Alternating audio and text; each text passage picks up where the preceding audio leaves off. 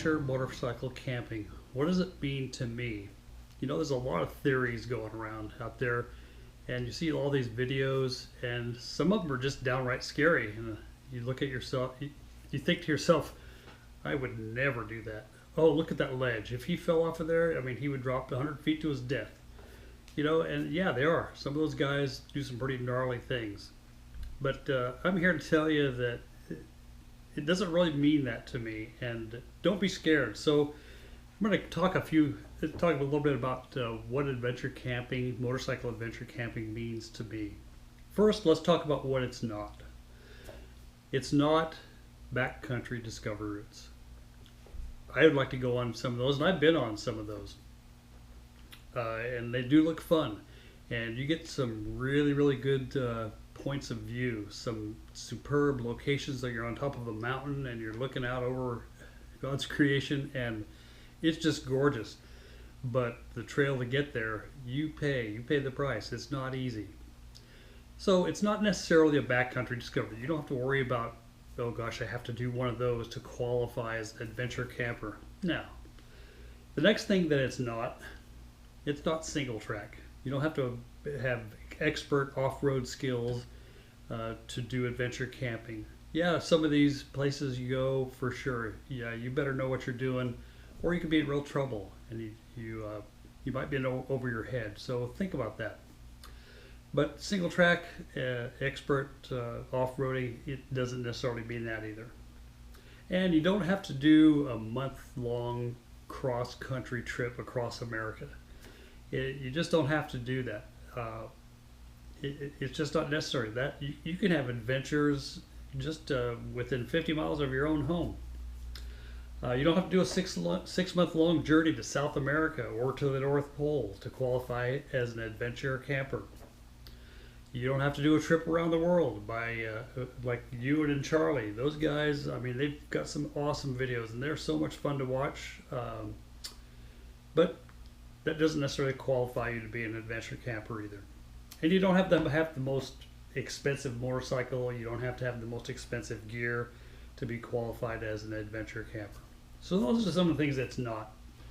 To me, here's what it means. You explore. Explore where? Well, start with your own state.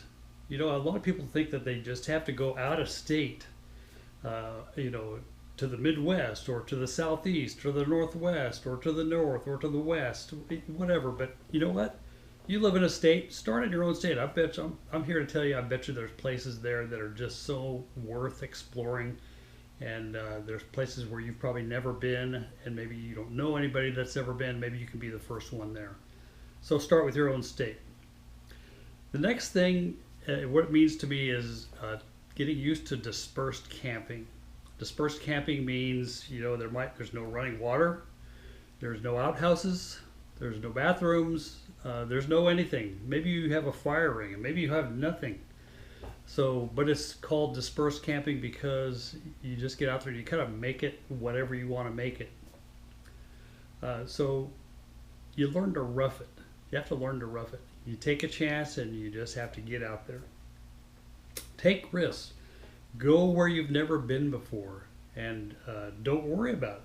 It's always good to have a friend with you, because if you're out in the middle of nowhere and you get lost or you get in trouble, it's nice to have a friend there to help bail you out. But don't be afraid to go places where you've never been. Another thing that I really enjoy about dispersed camping and adventure camping is going with a friend. I just got back from a trip with Rick. He's one of my best friends, and we just have a blast going camping. And we have fun exploring and just seeing things that we've never seen before. It's just fun. It's always more fun to share that experience with a friend. So adventure camping with a friend is always a plus. So you also learn to be self-reliant. You learn to be prepared. As the old Boy Scouts say, always be prepared. Well, it makes you think. I'm going to be out in the middle of nowhere. I'm not going to have a refrigerator or a kitchen sink or a toilet. What am I going to do? What do I need to bring? Think things through. Make a list. The other thing is, to me, I'm always in search of the ultimate camp spot. Now, Rick and I found a place where, and I'm not going to tell you where it is because it's our favorite spot, and it's, I'll just say it's in Oregon somewhere. But it's always a go-to. We know we can always count on going there, but you got to get there early. If you wait, somebody else is going to get it, because there are people that know about it. And it's off-road. It's not right on the road. You have to go off-road a bit. There's some dirt, and there's some big roots, and there's some ruts and rocks and everything sticking out. So it takes a little bit to get there. And I wouldn't recommend getting there with an average car. You better have some ground clearance or an off-road, some kind of an adventure bike, something with a little bit of ground clearance. But anyway, we're always in search of the ultimate camping spot. Another thing I like about adventure camping is talking with the locals. You know, you meet some really, really interesting people. Last time Rick and I went out, we were just coming out of Safeway, and we were heading out to our spot, and we met a couple of guys who saw our bikes, and so they came over, we started talking, and turns out they were off-road bikers, and they really loved this stuff, and they encouraged us to get out and explore some of these areas because they've already been there. And so it was kind of nice to know that somebody's been there, done that, and we're not going to go drive off a cliff somewhere. So, and it was just a joy talking with them. So I really appreciate it. I didn't get them on camera, didn't get their names, but they were just a joy to talk to. It was a real pleasure.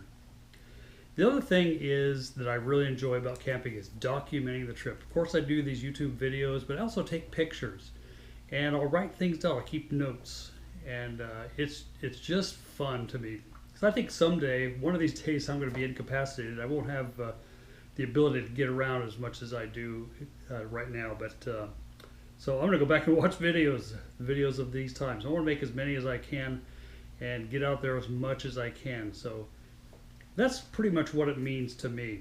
Now, what does it mean to you? What do you want to do? I would say take your first step. Make a list of stuff you think you might need. Get basic gear. You know, get a tent, get a sleeping bag, get some food, etc. And just kind of think through what you might need. And I would recommend going to a paid campground close to home first. If you get stuck or you forget something, you can always hop on your bike and go home, get it, come back again, add it to your list, and it'll just be a good experience for you. It'll help you build that confidence to get out there on your own, and you'd be surprised at how that makes you feel. It's just, to me, it's there's just nothing like it. What'll happen is you'll either be exhilarated or you'll be terrified. And it'll flip you one way or the other. You say, camping is just not for me. I just don't like it. And if you haven't made a huge investment, then you're not too bad off. You're fine. You can still motorcycle. You can still do whatever you want to do on your bike, whatever's fun to you. But if I think happens, what I think will happen to you is you're going to be excited, exhilarated. You're going to think, wow, that was a blast. I mean, I'm tired. I didn't sleep real well, but boy, was that fun. And you can't wait until you plan your next trip. So that's what I hope happens. Most of all, here's some good advice. Don't take yourself too serious. You know, you're going to make mistakes. Laugh it off. I've made so many mistakes. I can't.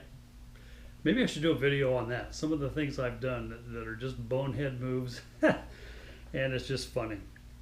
But you know what? Be careful. Have fun. And that's about it. I hope you can glean a little bit from this video and get out there and start having your own adventures. It's just fun. The weather's nice. Just get out there, have fun. You know you want to do it. Your body, your soul, your mind, your spirit says, let's do it. You won't be sorry. See you next time.